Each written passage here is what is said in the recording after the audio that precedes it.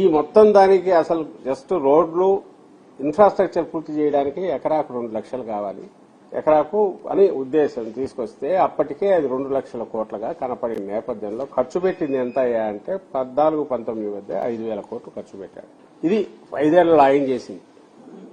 ఆ దీంట్లో నుంచి పుట్టుకొచ్చిన ఇదే నువ్వు లక్షల కోట్లు నువ్వు ఇన్ఫ్రాస్ట్రక్చర్కే 2 లక్షల కోట్లు అని ఇప్పుడంటే నువ్వు 5 ఏళ్లలో చేసింది ఏంటంటే 2 తాత్కాలిక వర్షం 1 సెంటీమీటర్ వర్షం పడితే నీళ్లు గారే తాత్కాలిక సచివాలయం తాత్కాలిక అసెంబ్లీ నువ్వు కట్టే చేతులు దొరుకుతుంటే ఇంకా అది నువ్వు కట్టి పూర్తి అయ్యేసరికి ఎక్కడో తీసుకెళ్లి మధ్యలో పెట్టేసినాక దాని రోడ్డు కనెక్టివిటీ ఇది రావాలంటే అంతా పూర్తి ఎన్ని లక్షల కోట్లు రావాలి.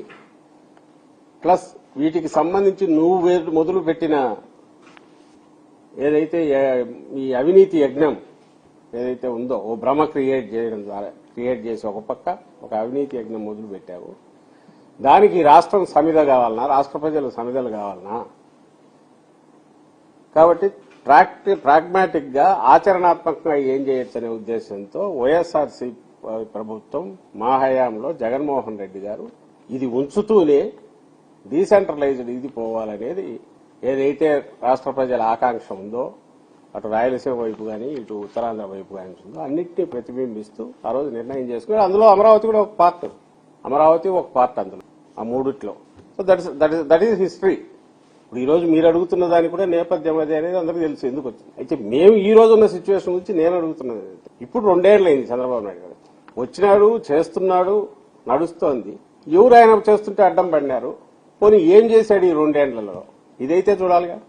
క్లుప్తంగా చెప్పాలంటే జగన్మోహన్ రెడ్డి గారు వైఎస్ఆర్ కాంగ్రెస్ పార్టీ ఎన్ని లక్షల కోట్లు అయితే ఇది పూర్తి అవుతుందో తెలియని ఊహాజనితమైన చంద్రబాబు నాయుడు గారి ప్లాన్ ఏదైతే ఉందో దానికి పెట్టిన అమరావతికి వ్యతిరేకం అట్ ది సేమ్ టైం ఏ అమరావతి అయితే ప్రజల రాజధానిగా అందరి ప్రజల ఆకాంక్షగా ఉండేదానికి ఆయన ఎప్పుడూ వ్యతిరేకం కాదు కాబట్టి 19 ఎన్నికలకు ముందే ఇప్పుడు మనం నిలబడిన ఇక్కడ చంద్రబాబు నాయుడు కంటే చాలా ముందే భూమి కొనుక్కొని ఇక్కడే ఆఫీసు ఇక్కడే ఇల్లు కూడా కట్టుకున్నారు శాశ్వతంగా.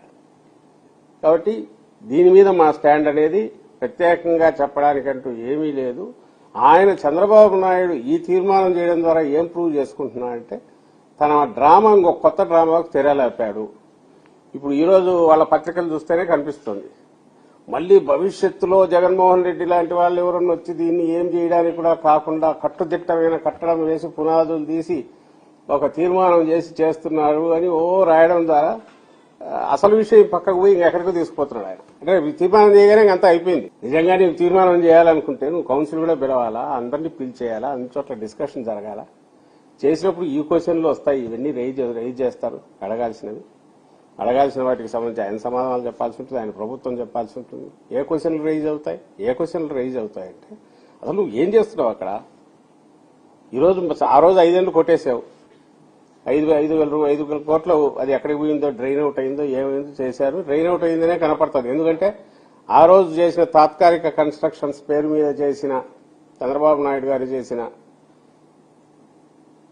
నిర్మాణాలు అయితే పూర్తి చేసిన నిర్మాణాలు అయితే ఉన్నాయో వాటిని 3,500 పైచిలుకు రూపాయల ఎస్టిమేట్ తో మొదలై పూర్తి బిల్లులు పే చేసినవి చూస్తే ఎస్ఎఫ్టీకి అంటే 3,500 రూపాయలు ఎస్ఎఫ్టీకి కాస్ట్ అనుకుంటే రఫ్లీ పూర్తి అయ్యేసరికి ఎంత అయిందా పేమెంట్లను బట్టి చూస్తే అంటే 19,000 పైచిలుకు అయింది. 19,000 రూపాయల పైన పర్ ఎస్ఎఫ్టీ.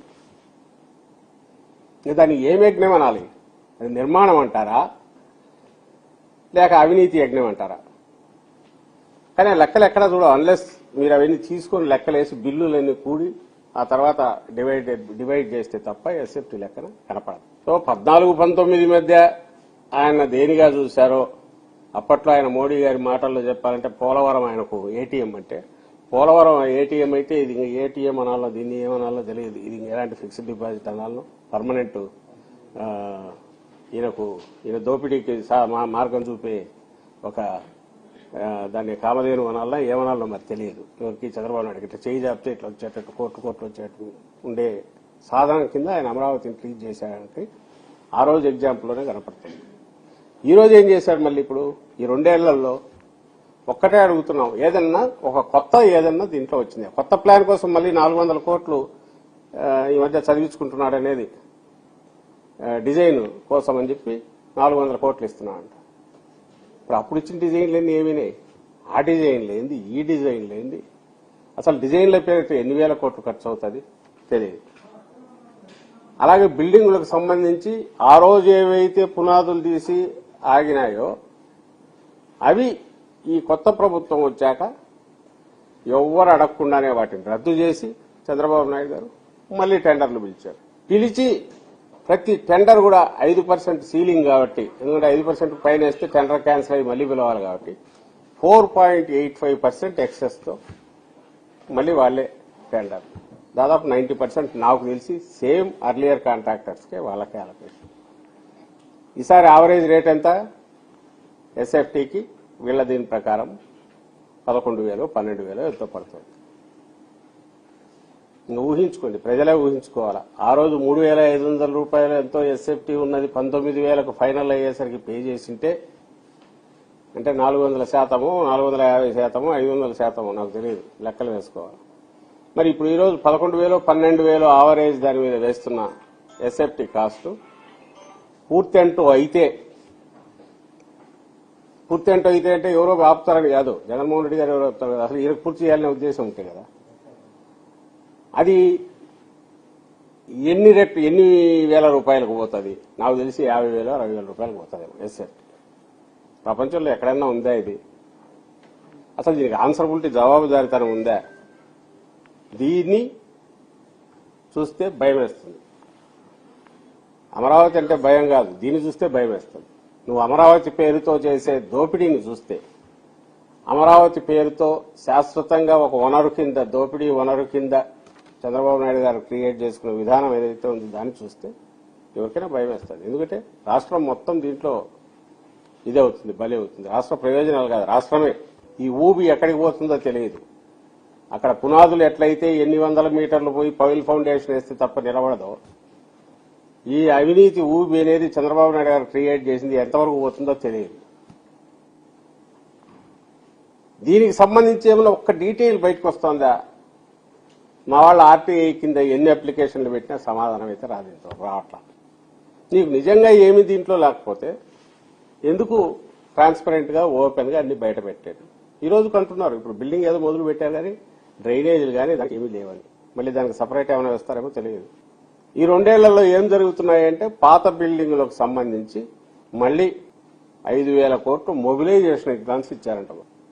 మొబిలైజేషన్ అడ్వాన్స్ అంటే ఇంకా తెలుసుగా, ముందే ఇచ్చి పని మొదలు పెట్టండి అని.